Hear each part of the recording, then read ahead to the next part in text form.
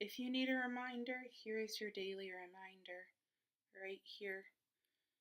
Be good to people for no reason. Anyways, now that we have established that I have coffee, that I'm happy that it's white chocolate raspberry, and I am slightly waking up, let's get into today's. So, I wanted to talk to you guys about demisexuality. It also might be referred to as gray sexual.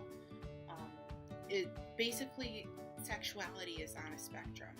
You could be bisexual, pansexual, asexual, blah blah blah. Well, asexuality has a spectrum too. So it's like completely asexual right here, and then you have completely sexual here. So there's like this gray area in between, and that is where I fall. Now, I wanted to tell you guys that demisexuality means a lot to me. It is not a choice. It's definitely not a choice. I was raised in a Christian household. I forgot to turn off my Facebook notifications. Sorry about that, guys. But anyways, I define it as I need two things in a relationship before I get sexually attracted to someone. And that is emotional security / emotional depth, and then a mental depth. But both of those have to click in order for me to feel comfortable moving to the next level. Oh, I guess I should have started noticing that I am demisexual right by the time I was in first grade. Now you're probably like, Cara, why are you talking about first grade and sexuality? Well, that's when it actually started for me. When I was in first grade, I had my first crush. Yes, I was a little hoe back then. Anyways, I had a crush in first grade, and I could tell you his name. I'm not going to. Let's call him Paul. Paul. Okay, so I had a crush on Paul, but it wasn't because he looked cute. It was strictly because I liked funny guys back then. I still do like funny guys. It's just I ended up clicking with his funniness. And I feel like that slightly joking around, that was an emotional click for me. So fast forward to like, I'd say like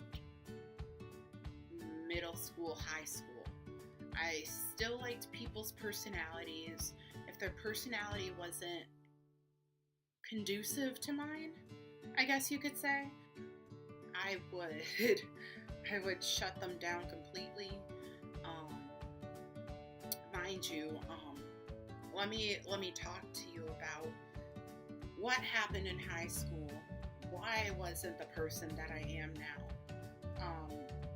For those of you who don't know, I was diagnosed with bipolar disorder when I was 19.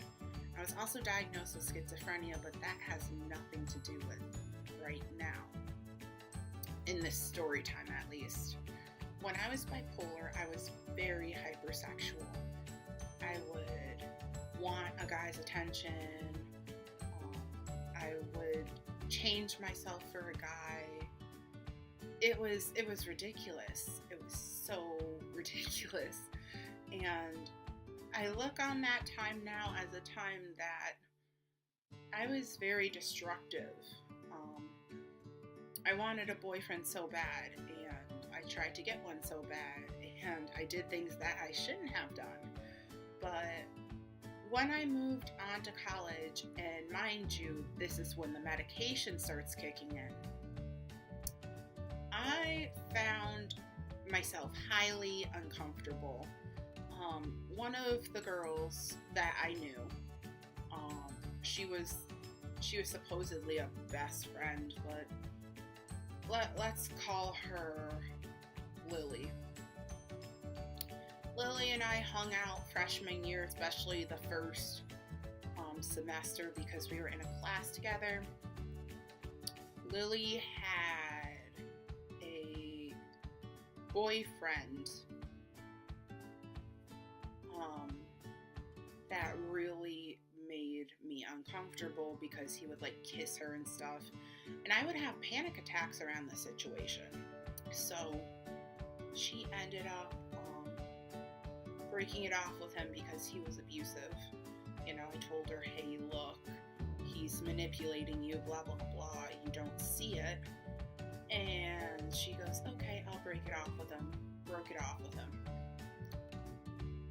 And there were things that happened that were very, like, you know, if sex came up, I felt uncomfortable talking about it, especially when it came up in school. I was highly uncomfortable with like people grabbing me from behind or like that kind of stuff, and it was very, very hard for me. Yet I still ended up finding emotional and mental connections. At that time I started dating. I thought I was like bisexual at one point because I started dating a whole bunch of girls. And there was a person that was extremely sexual that I dated, probably like a couple, 3 years back. And she was also unmedicated, but she's doing good now. I'm friends with her. She's an amazing woman. I hope she's watching this. You know who you are because you dated me. When she was unmedicated, she was very sexual, and I was like not comfortable with my sexuality. At that point, I tried to identify as a lesbian. That was not a good idea for me. I did not feel comfortable with the term bisexual or lesbian or, I mean, maybe pansexual, but it was not a good thing for me in general. I went around not having any sexual attraction whatsoever after I got medicated in the right way. It's important that I stress the right way because a couple of people screwed me over during my recovery, and now I'm on the right track. You might see that I'm kind of mellowed out, different, but that's just my personality right now. So anyways, I met my fiance, and when we had our first date together, I felt something different. Now, that something different was amazing.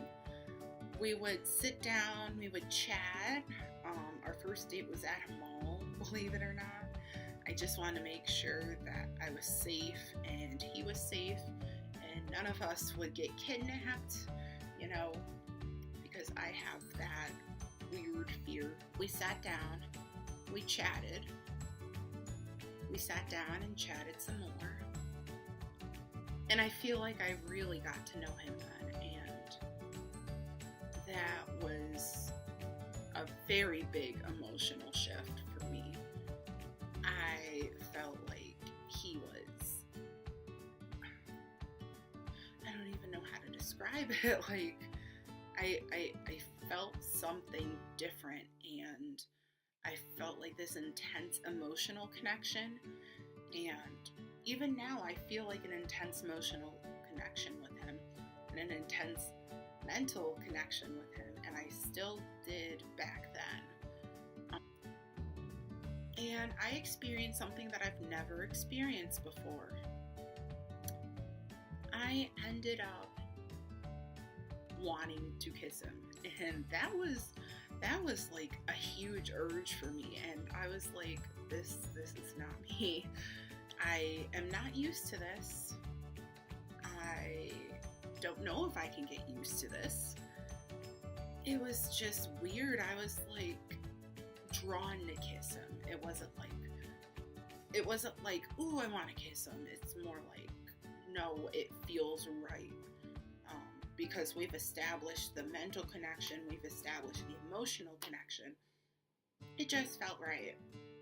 And we didn't end up kissing until like a week or two later, but that's beside the point.